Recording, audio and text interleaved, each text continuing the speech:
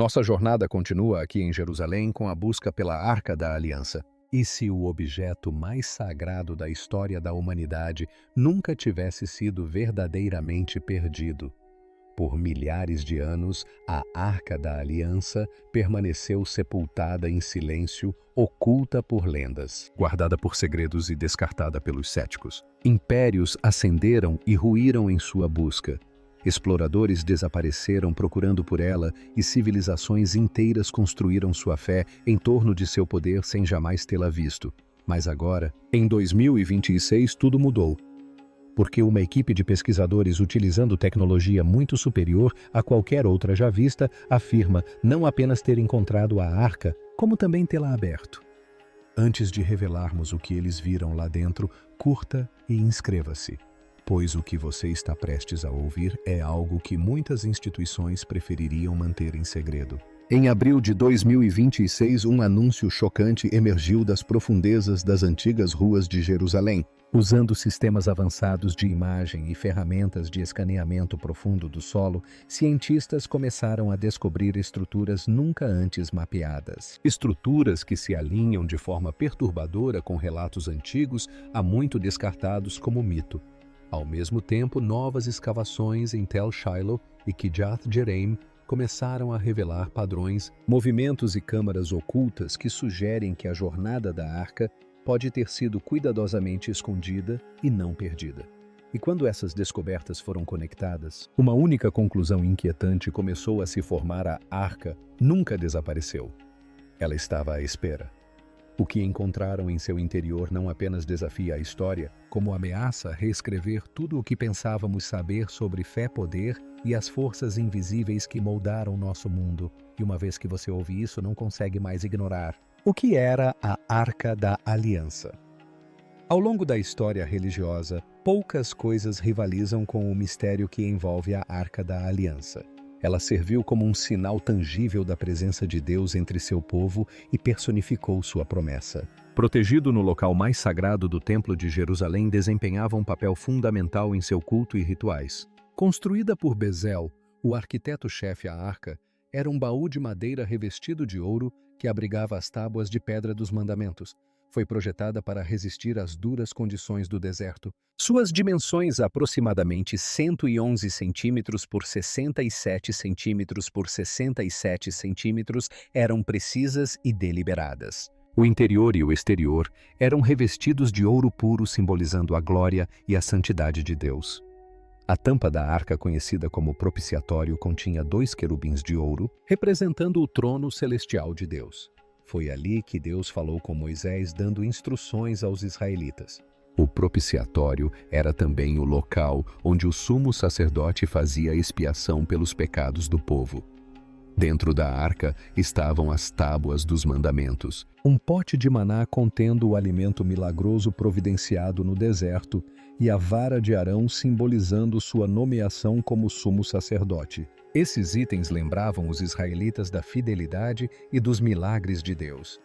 Devido à sua sacralidade, somente sacerdotes levitas designados podiam manusear ou se aproximar da arca.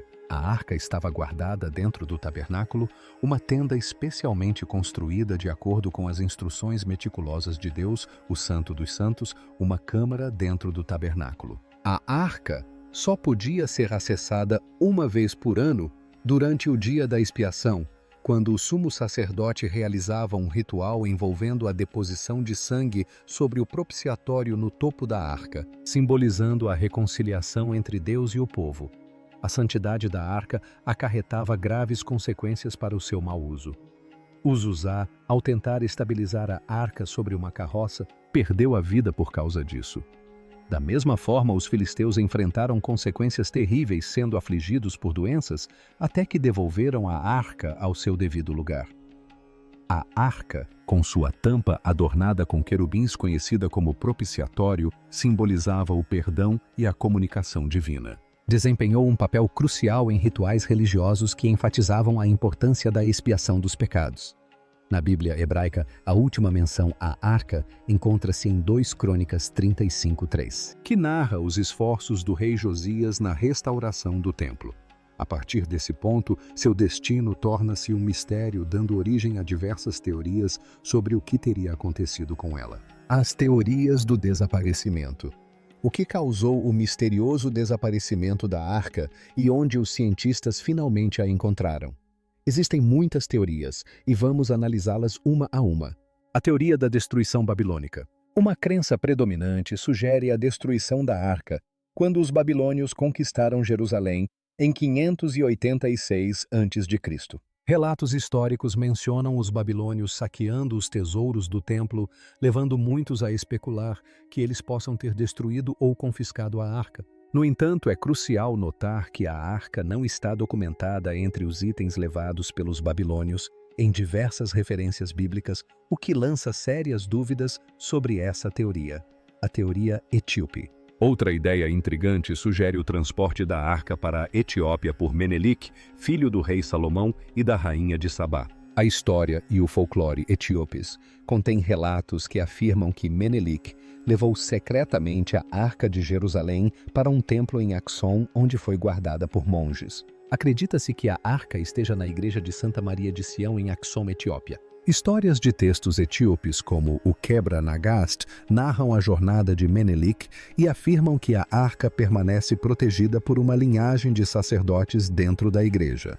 Costumes etíopes, como a exibição de réplicas da arca durante o Tinkat, importante feriado cristão ortodoxo etíope, e a presença histórica de comunidades judaicas como os Beta Israel sugerem uma conexão de longa data entre a Etiópia e a narrativa da arca. Alguns governantes etíopes chegaram a reivindicar descendência de Salomão e da rainha de Sabá, usando essa ligação para legitimar seus reinados. Essas narrativas históricas entrelaçadas conferem complexidade à busca pelo verdadeiro paradeiro e significado da arca. Contudo, não existem provas históricas ou arqueológicas que validem a existência de Menelik ou a sua transferência da arca.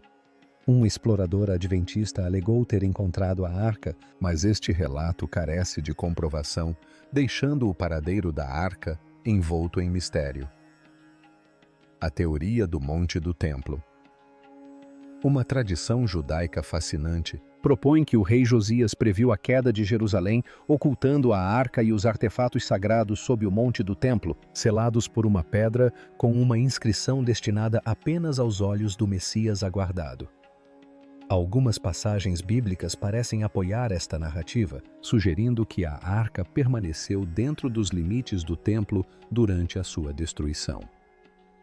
Referências bíblicas indicam que a arca permaneceu dentro do templo durante a sua destruição, o que está em consonância com a narrativa em 2 Crônicas 35:3, onde o rei Josias ordena aos levitas que coloquem a arca dentro do templo, uma implicação de que ela não lá se encontrava anteriormente. Além disso, textos históricos de Jeremias e Ezequiel sugerem que a glória de Deus deixou o templo antes de sua ruína, possivelmente indicando a partida ou o ocultamento da arca.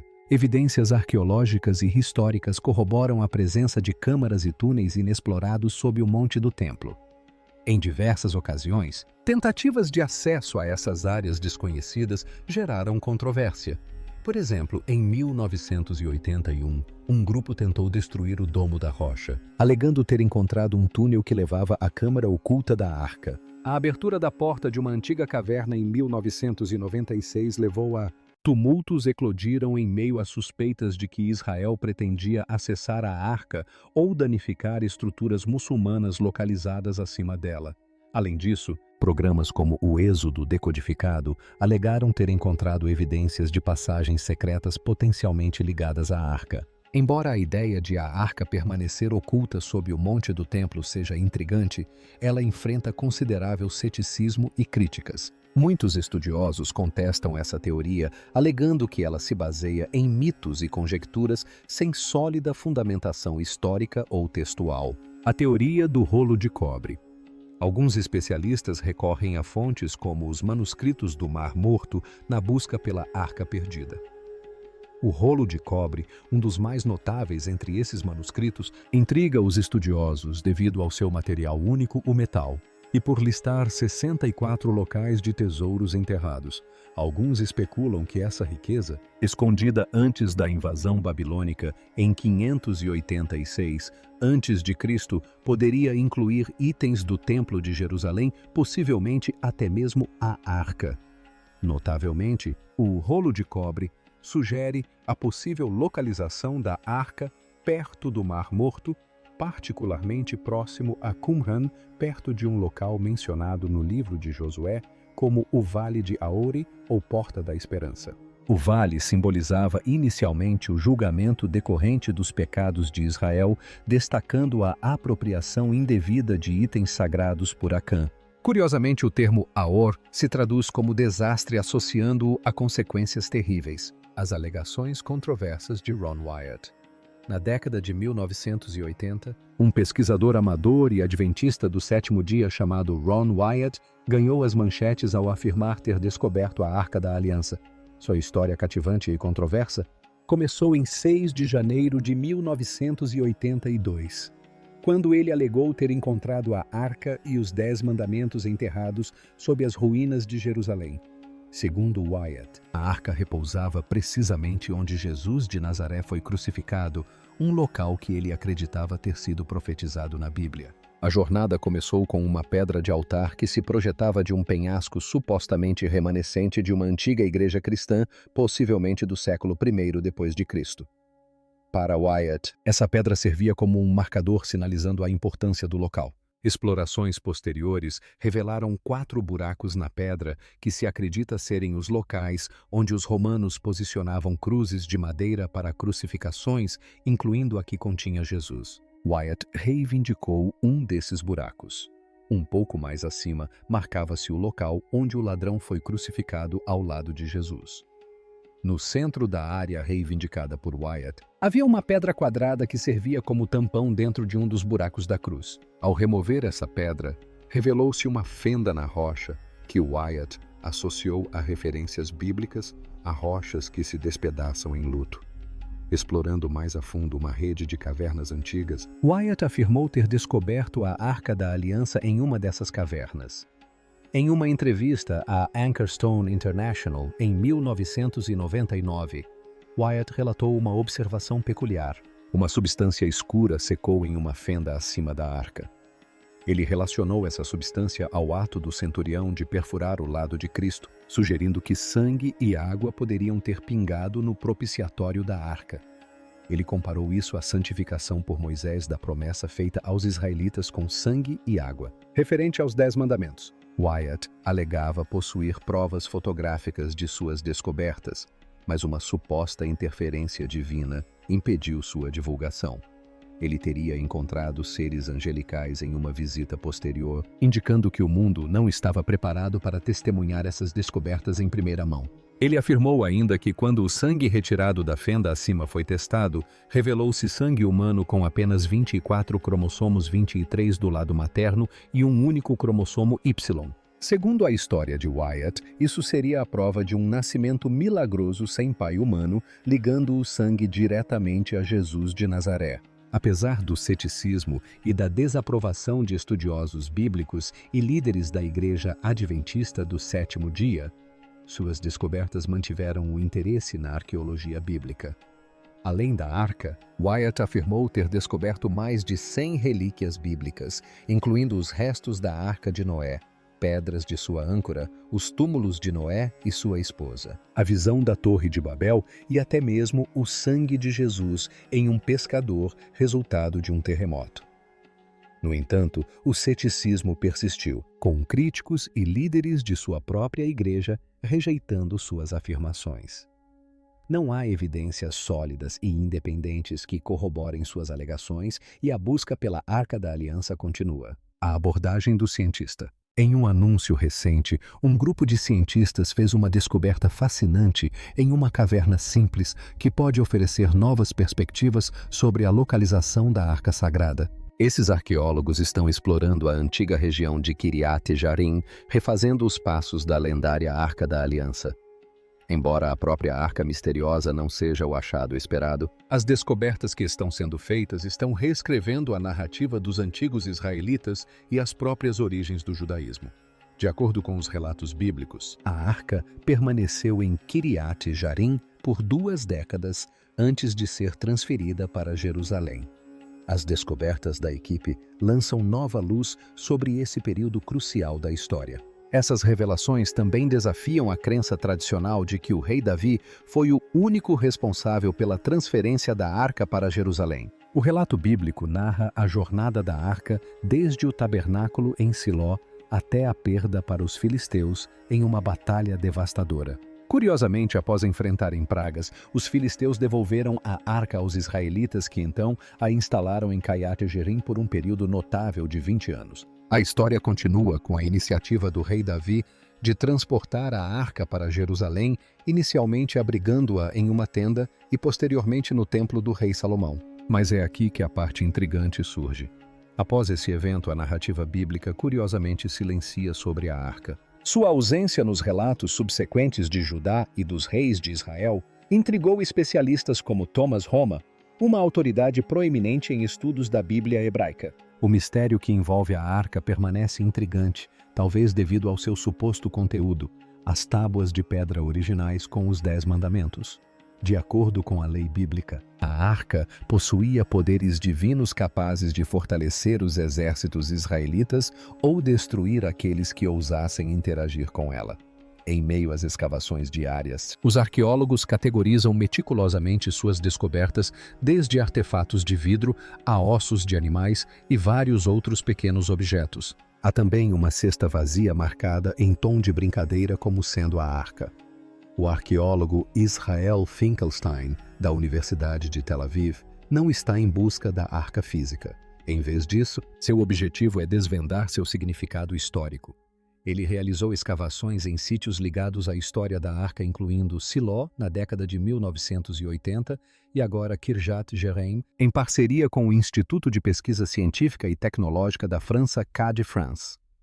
Finkelstein investiga a narrativa da arca, um conto que se acredita ter surgido por volta do século VIII a.C. e que mais tarde foi incorporado aos textos bíblicos, particularmente em Samuel. Ele sugere que o relato da transferência da arca por Davi para Jerusalém em 2 Samuel 6 pode ter sido um acréscimo à narrativa original que terminou em Kiriat Jearim. Roma especula que foi Josias quem transportou a arca para Jerusalém para centralizar as atividades religiosas e políticas. Segundo ele, a história de Davi mudando a arca de lugar pode ter sido uma justificativa escrita por Josias. Essa teoria argumentou: Roma poderia explicar a ausência de outros relatos relacionados à arca, dada a subsequente queda de Judá para os babilônios menos de 3 décadas após o reinado de Josias. Curiosamente, a própria Bíblia, em 2 Crônicas 35:3, parece sugerir o papel de Josias na transferência da arca. O versículo atribui as instruções sobre a colocação da arca sagrada na casa construída por Salomão a Josias e não a Davi. A escavação em andamento em Kiriat Jearim, situada a apenas 12 quilômetros a oeste de Jerusalém, fornece evidências adicionais que corroboram a teoria de Josias. A última temporada de escavações revelou um substancial muro de contenção com aproximadamente 3 metros de espessura ainda de pé a uma altura de 2 metros. Com base nos fragmentos de cerâmica encontrados ao redor, este muro parece datar do século VIII ou VII a.C., a descoberta de 2026. Em um dos desenvolvimentos mais significativos na busca contínua pela arca, pesquisadores anunciaram em 2026 uma investigação renovada e altamente técnica sob as ruas da própria Jerusalém.